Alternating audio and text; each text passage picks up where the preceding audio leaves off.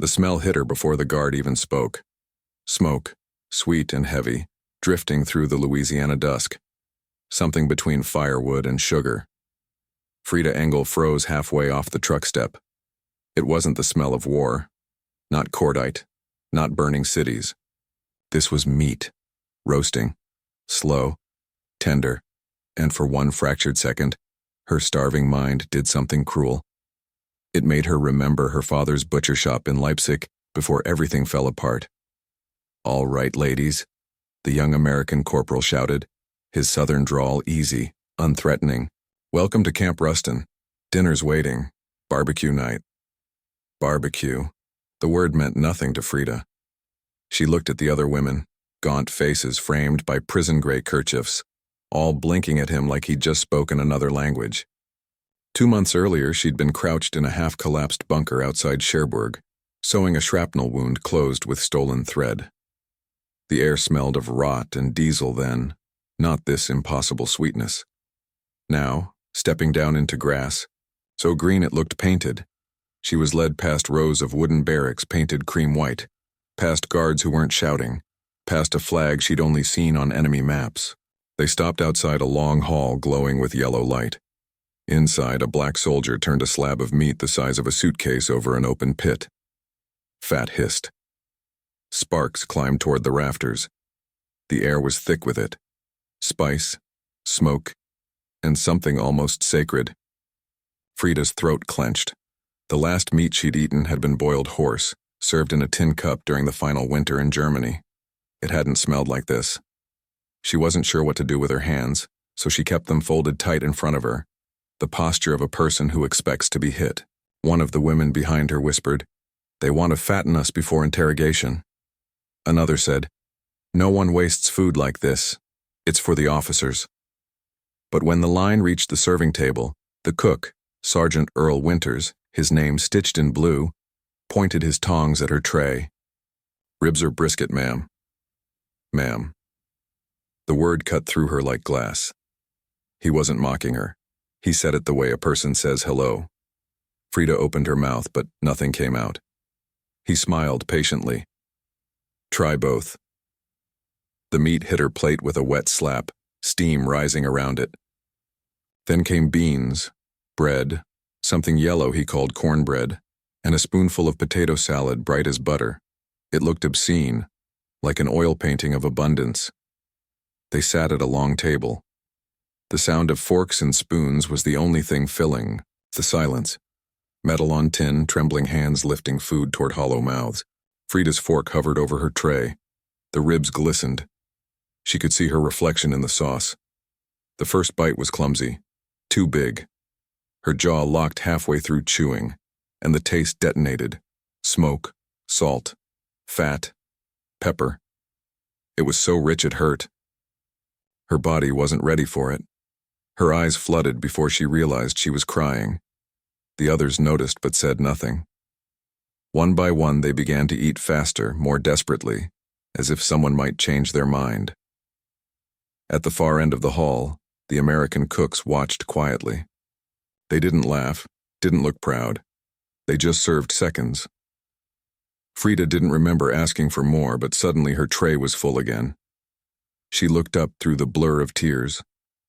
Across from her, Sergeant Winters nodded once, slow, like a man acknowledging another's pain without naming it. "Plenty more where that came from," he said softly, and that broke her. After dinner, they were told they could walk the yard before lights out. It didn't make sense. The fence was there, tall, barbed, lit by floodlamps, but no one stood with rifles pressed to their shoulders. The guards leaned on posts, smoking, chatting. They looked relaxed. Frida couldn't remember the last time she'd seen relaxed soldiers. The women huddled together, whispering. "Maybe it's propaganda," one said. "They're showing us luxury before they start the interrogations." But propaganda had never smelled like mesquite smoke or sounded like music drifting from a radio. Inside the guardhouse, in a lazy tune with a woman's voice, slow and sweet, Frida drifted toward the fence. Beyond it, a few Americans were laughing, plates still in their hands, the evening light catching the smoke in gold streaks. She pressed her fingers against the cold wire. "Why are they feeding us like this?" she asked in German. No one answered. Later, back in the barracks, someone found a folded napkin at the foot of her bed. Inside it, a single Hershey's chocolate square, wrapped neatly in foil. No note, no explanation. Just sugar. Frida stared at it under the dim bulb for a long time. She didn't open it, not yet. Chocolate meant Christmas, childhood, pre-war. It also meant propaganda posters warning Germans that the Allies bribed prisoners with sweets before torturing them. Her hands trembled as she set it aside. Sleep didn't come easily. Every time she closed her eyes, she saw the barbecue pit, the meat glistening the way Winters had said, "Ma'am." It wasn't pity that unsettled her. It was normalcy, because in her world kindness had rules. You were kind to people who deserved it, who looked like you, who obeyed the right flags. Here, the people who should have hated her the most were feeding her like family. At dawn, the bugle call woke them. The air smelled like rain and coffee. When Frida stepped outside, she saw the cooks again, laughing as they set up breakfast under an awning. Eggs cracked, bacon sizzled. Someone shouted, "Save some for the prisoners." The sound of that laughter, light, effortless, made something twist inside her chest.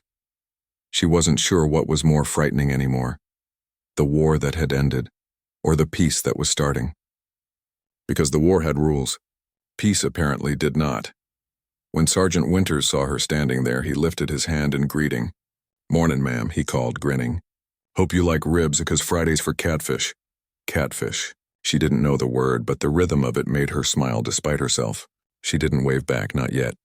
But when he turned away, she caught herself whispering the strange syllables under her breath. Barbecue. Catfish. Like new words in a language she was still learning to believe in. That night, when lights went out and the barracks fell quiet, Frida finally unwrapped the chocolate. It melted the second it hit her tongue. Sweet. Real. For the first time in years, she didn't taste war. They told them it would be harmless, a short bus ride for a look at real life. The language sounded silly inside the tin throat of the transport, as if ordinary phrases were being used to hide extraordinary things. The bus coughed into town and coughed again. The women climbed down with their hands folded, faces blank like old photographs. The sun made the paint on the town hall pop as if someone had taken color out of everything else and made this place glow. The green in the park was so loud it felt obscene. Paper lanterns hung from trees. A radio on a picnic table spit out a cheerful horn line. Men in caps tossed baseballs back and forth. A boy with scabby knees ran by holding a bottle of something brown in both hands like treasure. The prisoners clustered at the edge of the event like animals at a zoo, watching, waiting for the moment the zookeeper would come and put them back in a cage. A woman in gingham, wide hips, hair-pinned practical, came over with 2 paper cups and a ladle. "Here you go," she said without prying. Her face had the plain authority of someone who washed dishes and raised children, someone who knew how to feed people and how to feed them without theatrics. She handed a brown glass bottle to the nearest woman. The thing looked ridiculous and immaculate at the same time.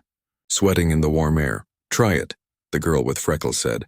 And it was not an order so much as an offering. Frida had seen advertisement pictures of soft drinks months before in a torn magazine, a single glossy page between ash and smashed glass. The ad had promised pleasure in curved script. The real bottle was smaller and colder than she expected. When she tipped it to her lips, the fizz hit her like a small shock, a fizz that felt like laughter trapped and let loose. Sweetness flooded across her tongue, and for a second she could not place the feeling. Pleasure? Relief? She watched a tiny ring of bubbles form at the corner of her mouth, and wanted to hide it because she had been schooled to hide everything soft. Around her, the other women tried the same thing. Some tentative, some greedy. One older woman laughed like she'd remembered a lullaby. A young girl bit her lip and made a face, then smiled when a small sugar high chased the sourness from her. The sound of the celebrations, children hollering, a dog barking, applause around a throw of the ball, wrapped around them like a blanket that had been missed for years. A local man, his hands still smelling of smoke and sauce from the grill, shrugged and said, "We send this stuff all over. Bottling plants just down the road." He said it like he was naming a hill or a river, an ordinary fact. The simplicity of that fact unsettled Frida more than anything else. In her education, the world had edges of scarcity and calculation. Everything was measured, assigned, apportioned. Here they made mountains of soda, and loaded it on trucks and let people drink it for a penny or two. There was no ceremony, no ration card, no calculation of who deserved it. A young Texan woman named Betty Sue sat down beside Frida without ceremony. She had a sun-browned forearm and a laugh that seemed to have been raised in open fields. She told Frida, as if telling a weather report, that the bottling plant ran 3 shifts. Trucks went out every morning. Even the boys overseas get it sometimes, she said. Keeps them steady. Her frankness left no room for outrage. Frida tried to file that away as information, but every simple sentence felt like a new fault line in an old map. They wandered through children and picnic tables until they found a field where a game was starting. The players wound up and sent the ball into the air with that odd, clumsy elegance Americans called baseball. People cheered and clapped. A little boy took a hard fall and popped back up grinning, the crowd laughing with him, forgiving him without a ledger. Frida let out a sound she hadn't heard in years, a short, involuntary noise that might have been a laugh. It surprised her, and the surprise surprised the woman beside her, who smiled without thinking. The simplicity of these ordinary things, and soda, a ball game, a woman offering a seat, was an argument that did not use words. It argued that abundance was not always triumph or arrogance. Sometimes it was habit.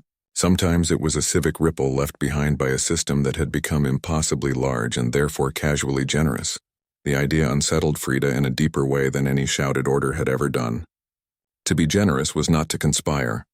It could simply be what people did when they had the means. As afternoon turned to amber, Frida caught herself trading small facts with a girl who worked at a service station. How many miles a truck made in a day, what the price of eggs might be this week. She felt ridiculous and elated at once, as if she were learning the measurement of a new sky. The women, who had arrived tense and hollow, walked back to the bus with soft mouths and fuller pockets. No one fixed it, no one declared a truce. They had only been offered a day's ordinary kindness and had accepted. On the bus, the bottle's label, a faded loop of script, kept flashing behind Frida's eyes like a talisman. The day had not stripped away war.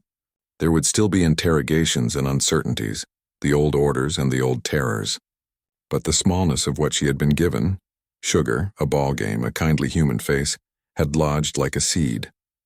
It was not enough to rewrite her world overnight, but it would be enough to make her ask new questions when she returned to the barracks, to make her notice cracks in the slogans she had learned, and to make a place inside her soft enough to receive something that was not punishment or calculation.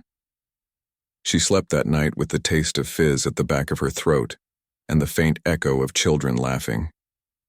It felt, impossibly, like the first quiet page of a book she had once loved and thought had been burned. The next afternoon, the sound of cheering rolled across the camp like thunder. At first, Frida thought it was gunfire, that short, rhythmic crack that turns your stomach cold. But then she heard the laughter that followed, deep and uncomplicated. Someone was clapping in rhythm. Someone whistled. Someone shouted, "Run, run, run." From the barracks porch, she could see dust rising from a diamond-shaped patch of open ground. Men in khaki uniforms stood in formation around it, some holding wooden bats, others crouched in positions that made no sense. Between them, scattered like punctuation marks, were bright red caps and white balls that glinted in the sunlight. "Softball," one of the guards explained when he caught her staring. He said it casually, as if the word were common currency. "Army's playing against the maintenance crew. Y'all can come watch if you behave." The phrase "if you behave" didn't sound like a threat. It sounded like a parent talking to restless children. By noon, half the barracks had gathered along the edge of the fence. The Americans had rolled out a few folding benches, even built a small shade tent. For the first time, the German women sat not in rows or ranks but as spectators, anonymous, unsorted, just bodies facing the same direction. The game began. A man threw a ball so fast it blurred. Another swung a bat and missed, and the crowd groaned with exaggerated pain. When someone finally hit one, the roar that went up startled Frida into laughter. The batter dropped his stick and ran like the earth itself was chasing him. Dust rose in a halo around his boots. The whole scene was chaos that obeyed invisible rules like music she hadn't learned the steps to yet. Beside her, Greta squinted. "Why are they shouting at him?" "He must have done something right," Frida said. They both laughed, short, nervous bursts that drew curious glances from the guards. An hour later, one of the American players, tall, red-haired, sweating through his uniform, walked to the fence. He held something in his hand, 2 old baseball gloves and a scuffed ball. "You ladies ever throw one of these?" he asked. No one answered. He shrugged and tossed one glove through the wire, easy and underhanded. It hit the ground in front of Frida's feet. "Go on," he said, smiling. "Won't bite." She picked it up like it was an artifact. The leather was cracked but warm from the sun.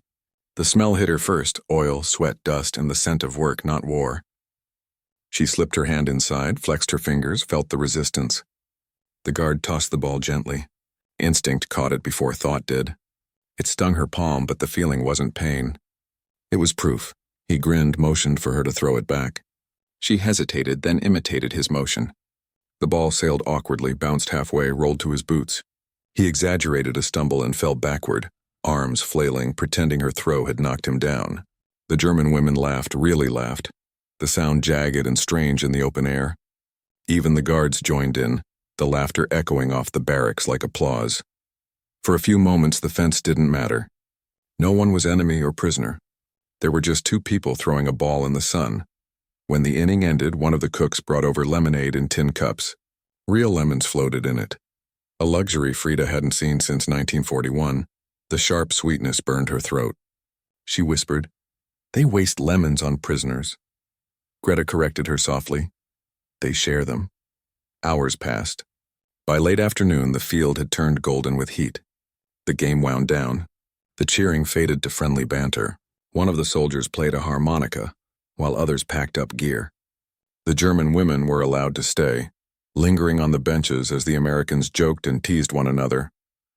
Frida caught herself studying their faces. Boys, really. Not much older than the ones she'd treated in the Wehrmacht field hospitals. They laughed like people who had never seen rubble. Or maybe they just knew how to laugh anyway. "Did you ever think," Greta murmured, "that we would be allowed to watch them play?" Frida shook her head. "No," she said. "I didn't think they were capable of laughter." Greta smiled faintly. "Maybe they think the same of us." A sudden pop echoed from a guard tower, a loose nail in the sun or a bird startling into flight. For a split second, every woman flinched. Every German body remembered to expect punishment. But nothing happened. The guards at the tower were just watching the sunset, rifles slung carelessly behind them. That night, the camp buzzed with soft conversations. They talked about the game, about the way the men teased each other, about how freely they touched, clapping shoulders, hugging. No hierarchy to the gestures. Greta said it reminded her of before uniforms and salutes had replaced touch. Frida lay on her bunk staring at the ceiling, thinking of that red-haired soldier pretending to fall when her throw barely reached him. He'd looked ridiculous, and kind. She realized she had spent so long surviving that she had forgotten what kindness looked like when it wasn't rationed. It wasn't ceremony. It wasn't speeches. It was just the way someone laughed so you wouldn't feel small. The war had taught her to confuse fear with order. Now America was teaching her something harder, that gentleness could be louder than control. The next morning when the bugle sounded, she felt something strange. Not dread, anticipation. For the first time since capture, she didn't wake up planning how to endure the day. She woke up wondering what could possibly happen next. The invitation arrived without ceremony. A chalkboard near the mess hall scrawled in English and then, helpfully, awkwardly, translated into German underneath. Saturday, music night. Optional attendance. Snacks provided, optional. The word itself was a kind of miracle. War never gave you choices. Prison didn't either. Frida stared at the notice long enough that Sergeant Winters chuckled on his way past. "You should come," he said. "Ain't a trap. Just music." He said it like that was enough, as if music could be simple. By dusk, the mess hall had transformed. The tables were pushed aside. Christmas lights, leftovers from last year, hung in loose arcs from beam to beam, their faint glow softening the hard edges of the room. The smell wasn't smoke or meat this time. It was popcorn. Actual popcorn. The sound of kernels bursting echoed like fireworks, but nobody flinched. Not this time. At one end of the hall, a small band tuned their instruments. A trumpet, a clarinet, a stand-up bass, a drum kit borrowed from the bass orchestra. When the first note hit the air, it didn't sound like war or victory or patriotism. It sounded like relief. Frida stood in the doorway with Greta and Roswitha, unsure whether to step inside. Some of the other women were already seated, hands folded neatly on their laps as if waiting for inspection. Others hovered near the wall, pretending to look bored but stealing glances at the musicians. Then the music took shape.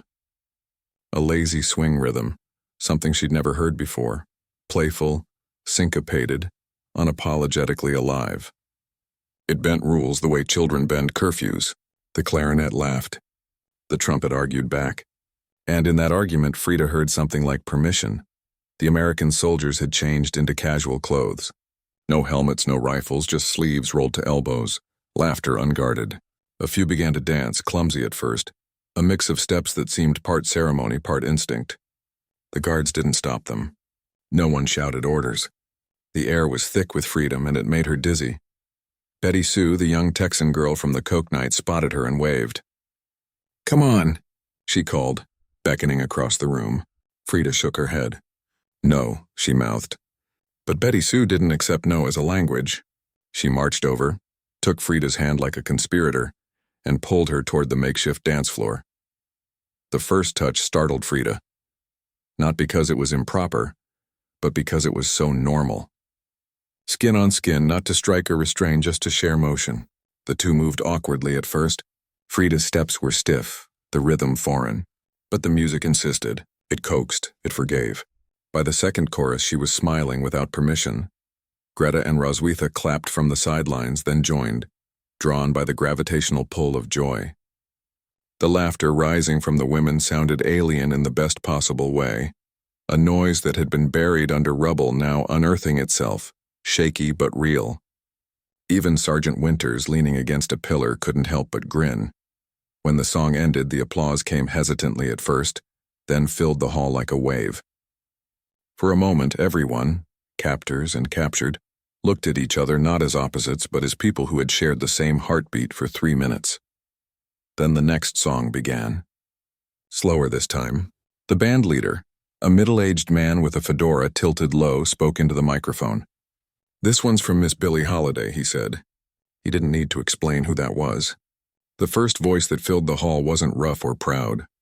It was gentle, heartbreak and hope twisted together in one sound that seemed too human to have survived war. Frida didn't understand the words. But she didn't have to. Every note translated itself. It was a voice that spoke to people who had lost things, and she understood that language better than any other. By the first chorus, she was crying. She tried to hide it, but Sergeant Winters noticed. He didn't say anything. He just stood a little closer, hands behind his back as if guarding the silence around her tears. When the song ended, he offered her a napkin, not out of pity but habit. The same way he offered barbecue seconds or coffee in the morning. Compassion wasn't performance for him. It was reflex. "You all right, ma'am?" he asked quietly. She nodded, voice small. "It is beautiful." "Yeah," he said, smiling. "That's what freedom sounds like." The phrase lodged somewhere deep inside her. Freedom wasn't speeches or banners or parades. It was the ability to dance without permission, to cry without punishment, to call something beautiful and not be accused of weakness. By the time the final song ended, the POWs and the soldiers had blended into one indistinct crowd. Someone passed around popcorn in paper cups. Someone else passed a harmonica. A few women sang in broken English, their accents clumsy but earnest. No one laughed at them. When the lights dimmed and the band packed up, Frida stayed behind, staring at the empty space where the music had been. The air still hummed with what it left behind. For years, she had been told that emotion was dangerous, that sentiment was weakness, that art was distraction. But that night she understood what the Reich had feared most. Not armies, not weapons, but music like this, music that made enemies forget they were enemies. Outside, the Louisiana night was thick with humidity and the soft buzz of insects. The stars hung low over the camp, sharp and clear. Greta whispered, "Do you think they know what they're doing to us?" Frida answered, "Yes, I think they do. And they're winning." When she lay in her bunk, the rhythm still pulsed through her chest. It wasn't just a song anymore. It was the sound of her walls beginning to crack. The notice appeared on the bulletin board 2 days after the dance. Educational screening, attendance mandatory. Below, in careful handwriting, English narration, German subtitles provided. The word mandatory drew whispers through the barracks. Propaganda, said Kata, the woman who still kept her hair tied tight and her chin higher than the rest. They want to show us their version of things. We must not react, but no one argued. The war had already burned the argument out of them. That evening, the mess hall looked different again. The lights were dimmed. Chairs faced a white bedsheet tacked to the wall. A film projector sat on a crate in the center aisle, its metal frame glinting under the single bulb overhead. The room smelled faintly of sawdust and the lingering sweetness of popcorn from music night. The guards didn't stand with rifles this time.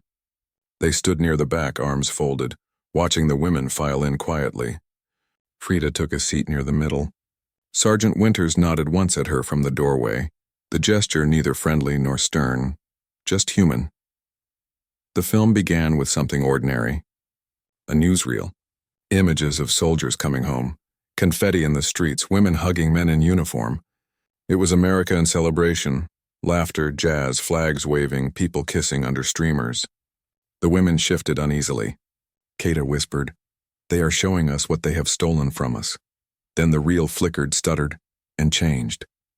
The tone of the music fell away. The next image appeared in silence. A gate, iron bars, words welded into the top that even from the back row Frida could read. Arbeit macht frei. The room froze. For a long second, no one breathed. Then came the footage. Not actors. Not propaganda drawings. Real. Moving. Impossible. The camera followed American soldiers walking through skeletal rows of people who were not people anymore. Bodies stacked like firewood. Faces like ghosts drawn too thin to hold eyes. A man too weak to stand being fed by spoon. A woman staring into the lens and blinking slowly, as if she couldn't decide whether to live. Someone in the front row gasped. Someone else whispered, "Nin." Kata muttered, "They fake this. They exaggerate." But her voice broke halfway through. Frida's hands clenched the wooden armrest until her knuckles turned white. She had treated wounded soldiers, seen burns, amputations, frostbite, but nothing like this. The screen didn't show battle. It showed absence. It showed what happened when humanity was subtracted, not destroyed but erased. A British narrator spoke slowly in English, his tone even, almost too calm. The subtitles flickered below. Liberated camp. Dachau, April 1945. Liberated. Frida's stomach twisted. They had said those camps were work colonies. They had said the rumors were lies. But lies didn't breathe like that. Lies didn't blink. Lies didn't stare straight into the camera, skin hanging like paper, and exist. Greta covered her mouth. Roswitha whispered a prayer under her breath, words tumbling out like a child's recitation. The younger women wept openly. The projector clattered on, deaf to the sound of breaking. Then came the shot that finished the room. A pile of shoes, tens of thousands of them, stretching beyond the camera's focus. Children's shoes, small as hands. The narrator said a number, but Frida didn't hear it. Her hearing had gone hollow, replaced by the sound of her pulse beating like a hammer in her throat. The film ended with soldiers lowering a flag over the camp. No music, just wind through barbed wire. The screen went white, the reel spinning to its end. No one moved. The silence that followed was not the kind of silence that comes from discipline. It was the kind that happens when language itself stops working. After a long minute, Sergeant Winters stepped forward. He didn't make a speech. He just said quietly, "These are facts." Then he left the room. The women stayed seated long after the guards had gone. Someone began to sob, a sharp, ugly sound that cracked the air like glass breaking. Kata turned her face away, her jaw trembling. They said, "We were saving Europe," she whispered. Greta's reply was small. "From what?" Frida couldn't speak. She sat there with her hands in her lap, palms slick with sweat, staring at the blank white sheet that had held the images. The light from the projector still flickered weakly on the wall. It looked like ghosts trying to escape. That night, no one slept.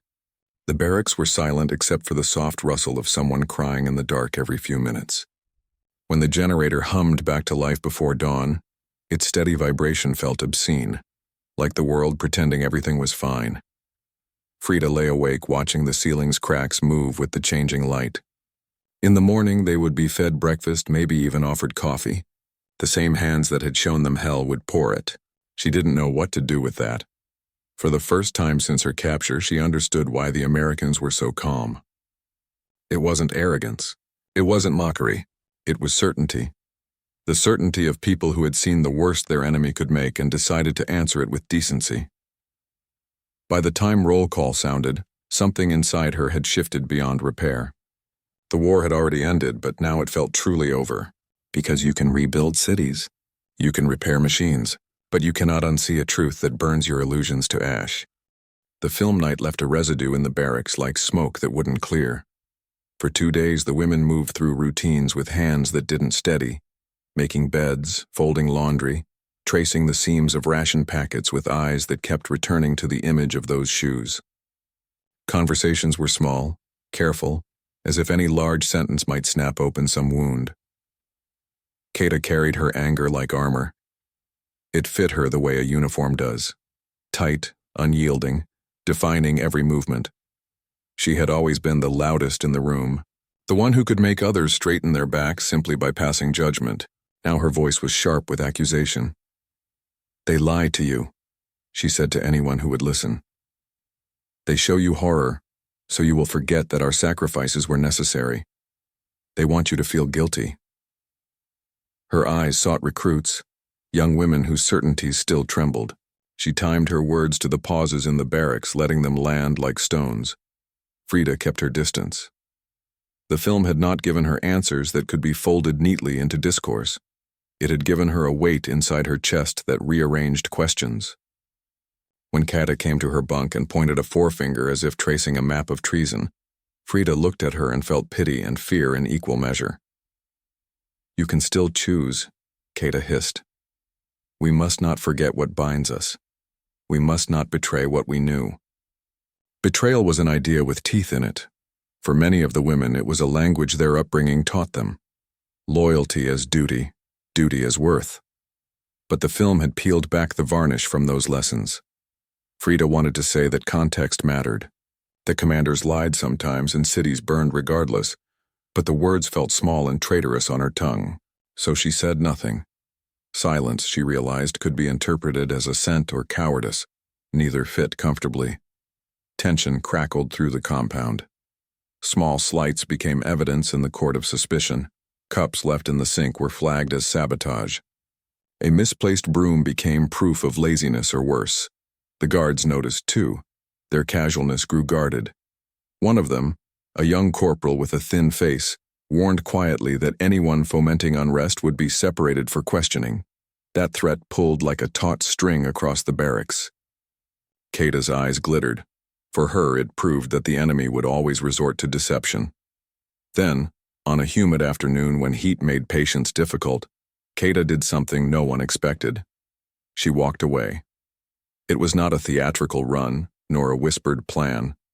She left at the end of work detail, slipped through the laundry yard with the practiced ease of a woman who had moved through checkpoints before. A single space opened in the line where she had been, and no one at first noticed. The count came 2 hours later. Someone shouted. The barbed wire caught the last light and flashed like warning teeth.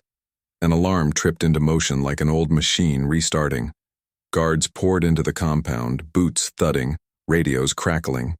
The fence line became a choreography of searchlights and hurried voices. The women watched from windows, stomachs pooling, knowing the repercussion of any escape. The camp's rules were already brittle, and any breach could shatter more than the run of one person's freedom. Kata had always believed in sacrifice. Now perhaps she believed in martyrdom. Or perhaps she had simply decided she could not live with the new truths settling in the barracks. Whatever the reason, her absence read like a summons. Frida felt a cold knot tighten, not of sympathy, not for what Kata had believed, but for what would come because of her leaving.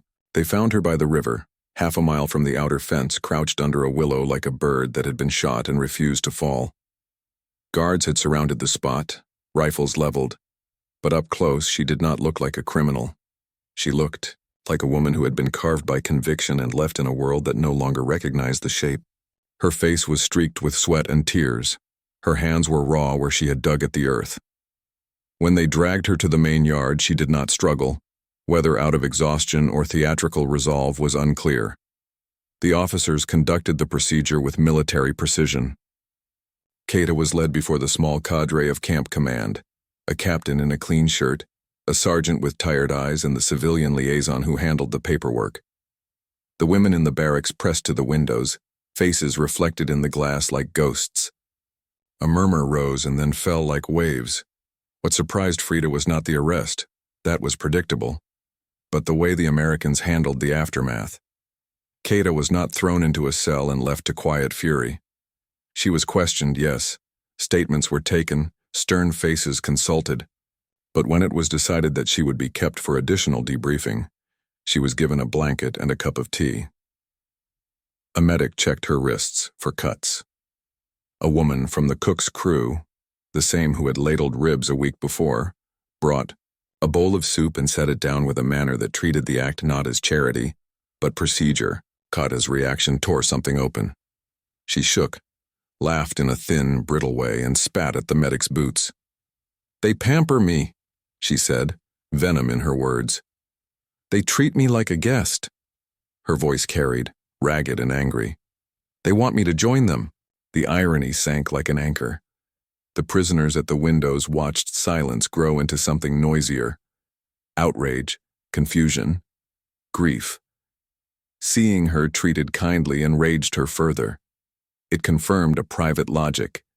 If kindness could be deployed by the enemy, then kindness became a form of manipulation. The more tenderness she encountered, the more convinced she was that the whole enterprise was an instrument, a weapon rather than a salve. That belief hardened her. For her, anything outside the lines of rigid suffering must be false. Not everyone in the barracks agreed with Kata's view.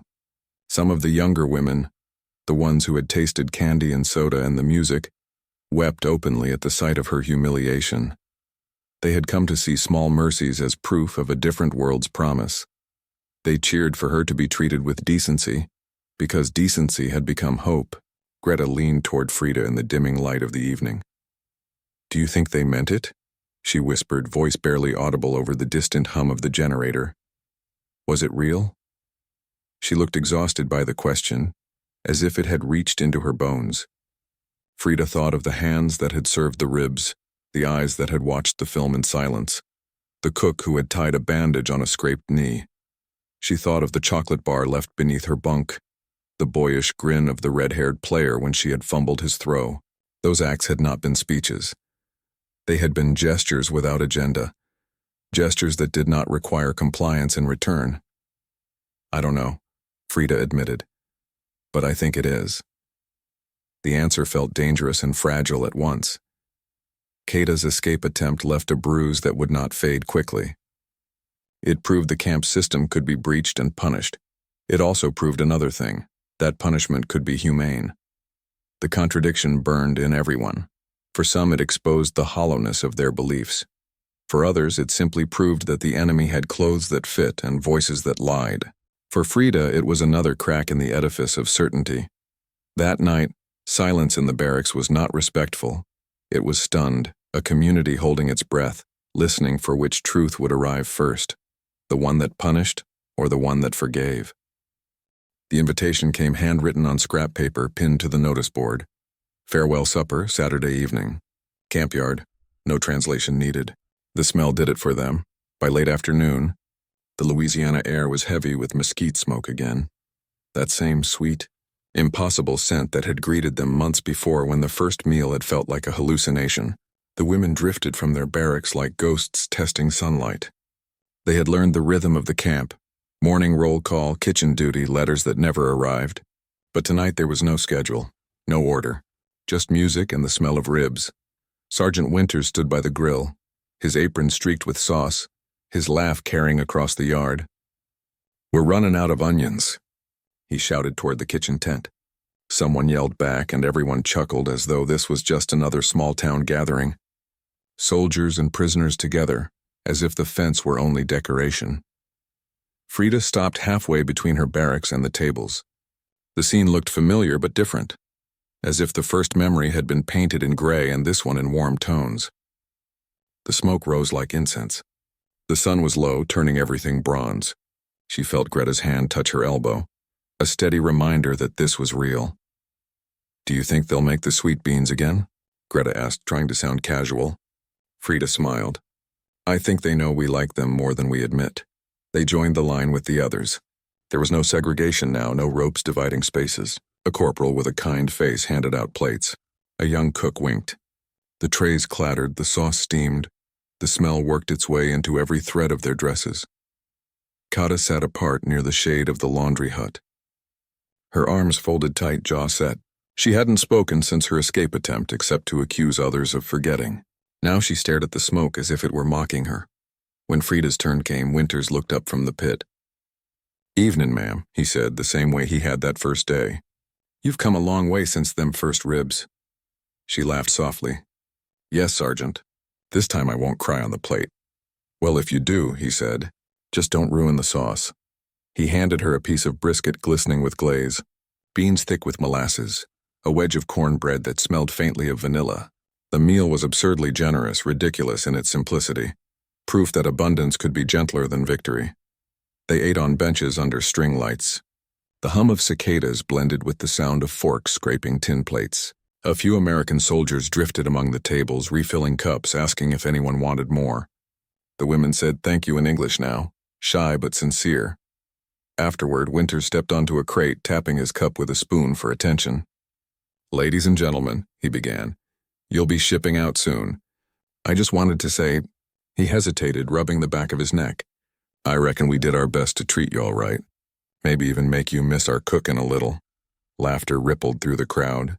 "But truth is, we learned something too. Folks can be on opposite sides and still share a table." Applause rose, uncertain at first, then full and human. Frida felt her throat tighten.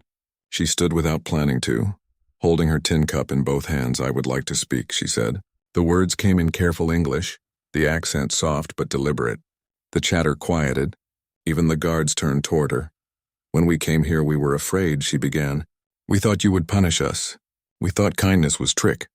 A murmur of recognition passed through the POWs. "But you fed us. You gave us coffee and music and names we did not know." She smiled faintly. "You made us see that power is not only in guns."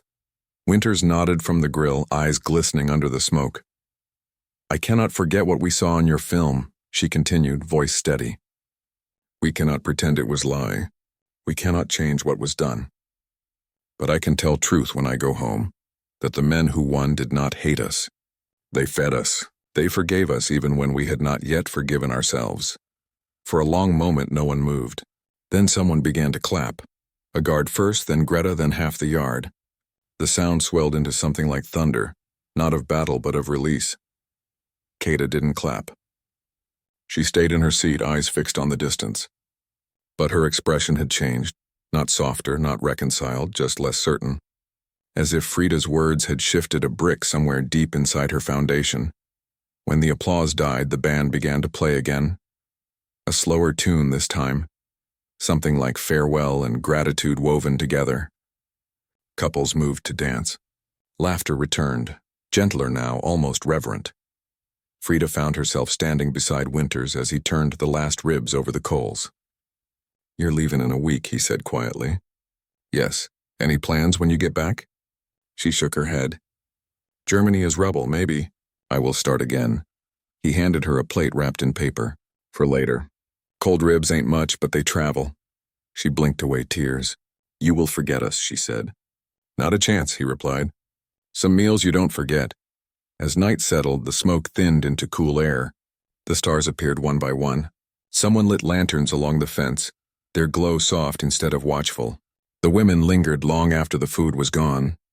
No one wanted to be the first to leave the table. Finally, Frida looked up at the lights and whispered to Greta, "Do you smell it? It's the same smell as the first day, but now it means something else." Greta nodded. "It smells like the world didn't end after all." The guards began cleaning up. Laughter and dishes mingled with the crickets. The same Louisiana night that had once felt foreign now wrapped around them like memory itself. Before heading back to the barracks, Frida glanced toward the grill one last time. The coals still glowed faintly red, like hearts refusing to die out. She thought of her mother, of the ruins she would return to, of the disbelief waiting there. But she also thought of ribs and cornbread and the simple word that had rewritten her understanding of power. Enough. Enough food. Enough mercy. Enough proof that enemies could choose to be human. When she turned away, Sergeant Winters was dousing the coals with water. The steam rose like ghosts released. "Good night, ma'am," he called softly. She paused, smiled. "Good night, Sergeant." And for the first time in years, she said it not as a prisoner, not as a survivor, but simply as a person answering kindness, with the only weapon left to her: gratitude.